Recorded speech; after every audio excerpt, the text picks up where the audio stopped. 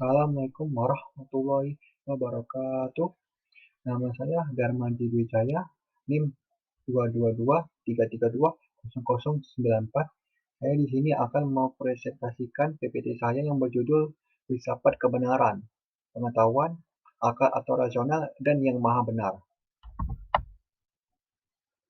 Filsafat kebenaran, juga dikenal sebagai teori kebenaran, adalah cabang filsafat yang mempertanyakan sifat dan hakikat kebenaran. Filsafat kebenaran mencoba untuk memahami konsep kebenaran, kriteria yang digunakan untuk menentukan kebenaran, serta hubungan antara kebenaran dan realitas. Teori-teori kebenaran menurut filsafat. 1. Teori kebenaran korespondensif adalah teori yang berpandangan bahwa pernyataan-pernyataan adalah benar jika berkorespondensi atau berhubungan terhadap fakta yang ada. B. Teori koherensi.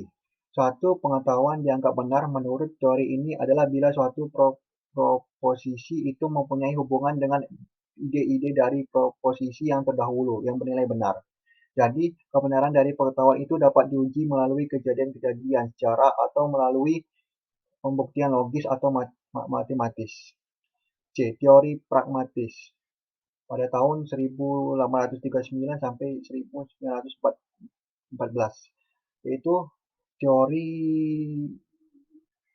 pengetahuan proposisi dianggap benar menurut teori ini adalah bila proposisi itu mempunyai konsekuensi praktis atau ada manfaat secara praktis, seperti yang terdapat secara inheren dalam pernyataan itu sendiri.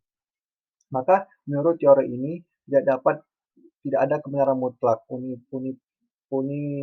universal, berdiri sendiri dan tetap. D.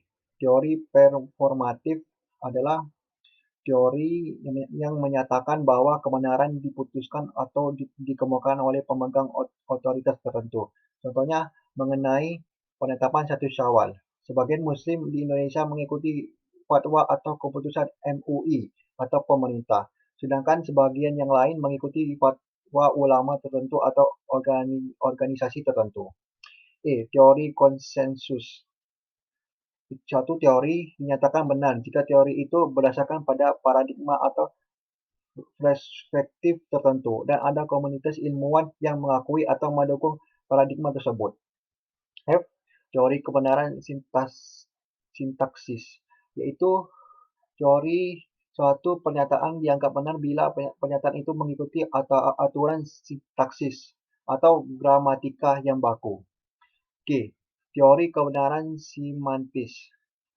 Menurut teori kebenaran semantik, suatu proposisi memiliki nilai benar ditinjau dari segi arti atau makna. H.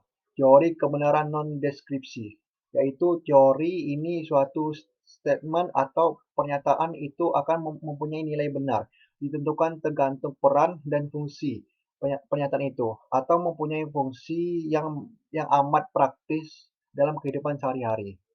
I. Teori kebenaran logik, yaitu teori bahwa problem kebenaran hanya merupakan kekacauan bahasa saja, dan hal ini diakibatkannya merupakan suatu pemborosan, karena pada dasarnya apa pernyataan yang hendak dibuktikan, kebenarannya memiliki derajat logik yang sama, yang masing-masing saling melengkapinya. J. Agama sebagai teori kebenaran.